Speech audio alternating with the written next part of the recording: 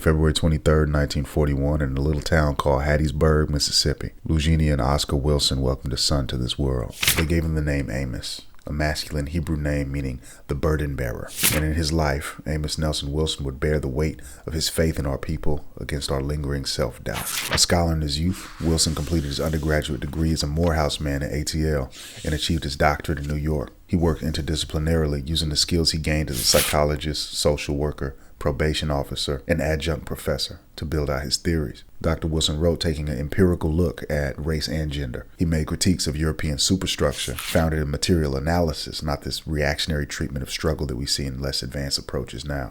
Wilson looked closely at the transactional nature of Western relationships and the role of the media in shaping public consciousness. And he pulled lessons out from this in his first 5 books spanning 20 years, building a quintessentially black ethic informed by ethnographic history and modern context.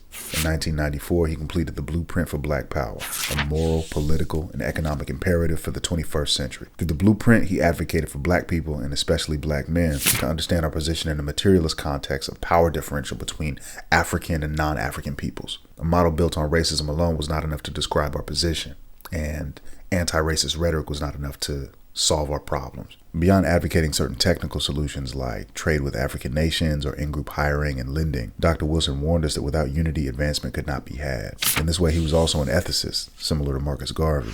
He wrote books to combat black fratricide and self-hatred, but above all, he had this deep love for black children, and he wrote the majority of his books for the generations that came after him. He was also very serious about identifying and resisting neocolonialism.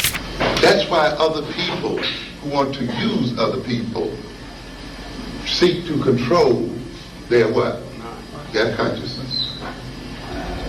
Because one thing about consciousness, the state of consciousness you're in determines what you're capable of doing or not doing. In 1995, Dr. Amos Nelson Wilson transitioned following complications from a stroke at a hospital in Brooklyn.